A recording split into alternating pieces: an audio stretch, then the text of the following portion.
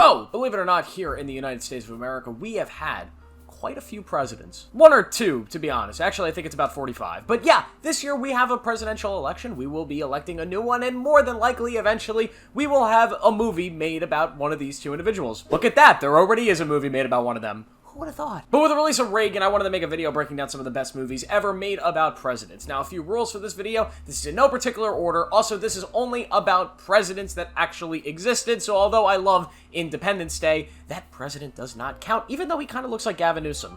Just me. So let's go. I got a few I want to talk about, some ones that might surprise you. First up, Reagan. Yeah, I mean, this is an okay movie. If you saw my review that I put out yesterday, I gave it a 2.5 out of 5 stars, which is not the best rating in the world. But for movies about presidents and biopics, I think this is one of the more solid ones. No matter how you feel about Ronald Reagan as a president, as an individual, this is very much a character movie. A movie about the person that is Ronald Reagan, and not just his presidency. We see him as a husband, as this very kind of caring and empathetic person, and whether that is what he was in real life or not is really, it doesn't matter. What matters is that in the movie, the character does work really, really well. The movie also does a really good job of capturing the times, this really kind of hardcore point in the Cold War where we were on the brink of nuclear war. Overall, this is a really good movie, and probably the most basic of the presidential movies that are going to be on this list. It's one that just kind of tells your typical kind-hearted biopic about a historical figure, but I enjoyed it. Go check it out. Frost/Nixon. This is, of course, the film about Watergate, essentially, or a big interview that happened after the Watergate case with, of course, Richard Nixon. There's a lot of movies about Watergate surrounding this topic, and Richard Nixon. He is a very fascinating president.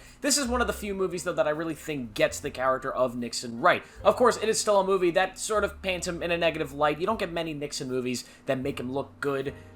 Maybe that's because he wasn't good. I mean, president-wise, he was okay, if you want to talk history, but like, yeah, of course, Watergate, not a great thing. This is a fascinating movie, though. It's very different. It's really structured kind of like a play. It's about these two men and these colliding forces coming together, talking about this historical topic, and it's one of the more unique films in this world of presidential biopics, so go check out Frost/Nixon. Lee Daniels, the Butler. Now, I know what you're saying. Lee Daniels is not president of the United States. He is not a president. He's a butler. But something I love about this movie is the fact that we're following this man who is a butler at the White House, and we get to see a bunch of different interpretations of a bunch of different presidents. This is a movie that's always been a guilty pleasure for me. I know critics were mixed on it. I've always loved it. I love the history. I love how it kind of connects the civil rights movement along with the inner workings of the White House. You get to see JFK. You get to see Richard Nixon. You get to see Lyndon Johnson. You get to see Dwight Eisenhower and all these people that are played by really fun actors.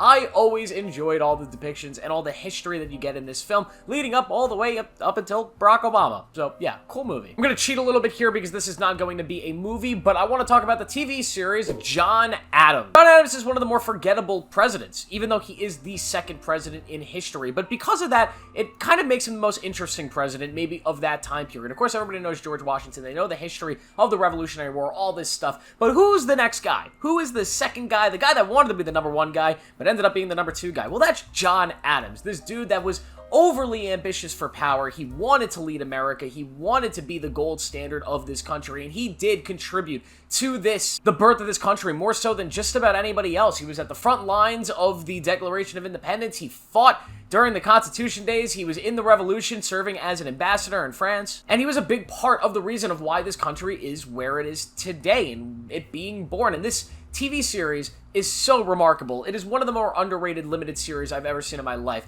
Everything in this show, both in its historical accuracy, depicting the times, and then the performance of Paul Giamatti as John Adams is just brilliant. But then bringing in all these other characters, you get George Washington, you get Thomas Jefferson, you get Alexander Hamilton, you get all of these influential figures in our history, and you get to see them interacting with each other in a weird Game of Thrones-y style way, and you get a very raw depiction of the birth of this nation in a way that I don't think many other things have actually captured. And because of that, John Adams, to me, is arguably the best thing they've ever made about the early years of the United States. Not just about the man that is John Adams, who is such a fascinating human being, but just in general, depicting the American Revolution in that time period.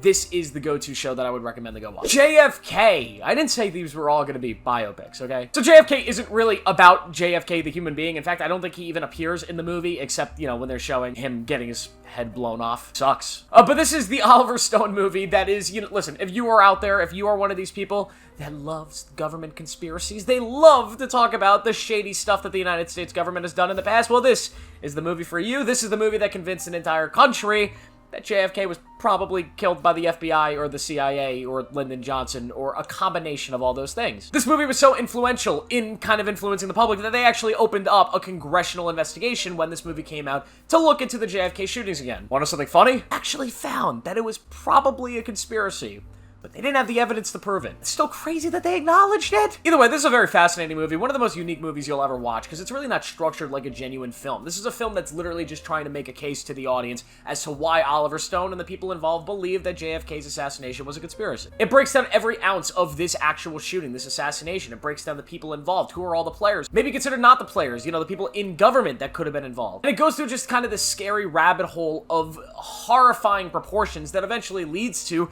the obvious evidence, like the back and to the left.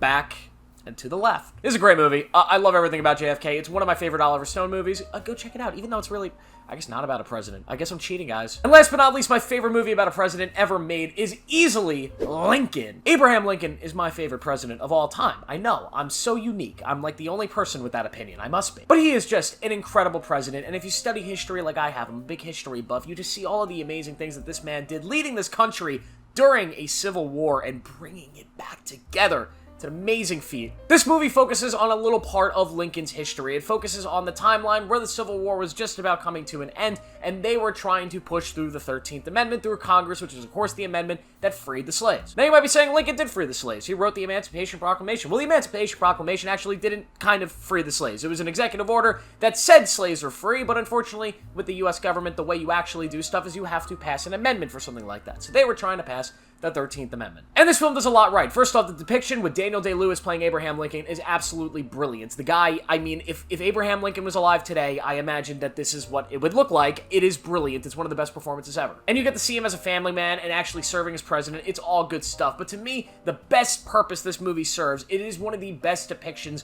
on explaining how American government actually works. How you get stuff done. How the politicking works. Where a president actually plays in legislating laws.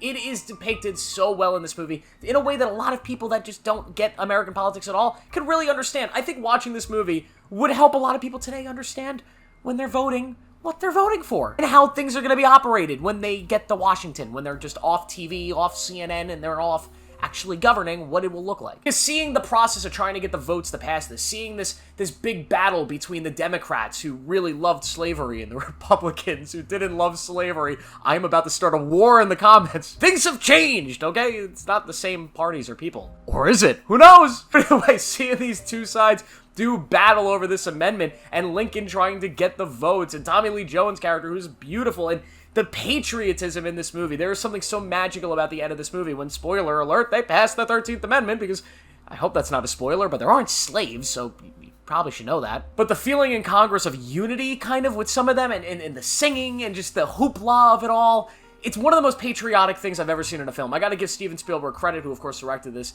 It's one of the most beautiful endings to a movie ever, and of course you get the Lincoln assassination, which they also cover. This is just a really, really fantastic movie that, although does not cover maybe the most interesting point of Lincoln's career, I think the height of the Civil War, with all that stress and the trauma and everything going on, that could have been a really interesting movie too, but although that may be made in the future and could be made, this is still one of, if not the best movie ever made on an American president, and I wish we can get some kind of depiction like this on some of the other great presidents, like JFK. Let's get a JFK movie directed by Christopher Nolan. He already teased it in Oppenheimer. Thank you guys for watching. What are your favorite movies depicted on presidents? Let me know down below. I came very, very close to talking about Vice, but that's really cheating. He's a vice president, but I wanted to shit on Dick Cheney. I really wanted to. We'll save that for another day. Movies on vice presidents? Probably not going to do well, that video. Thank you guys for watching. I'll see you in the next one.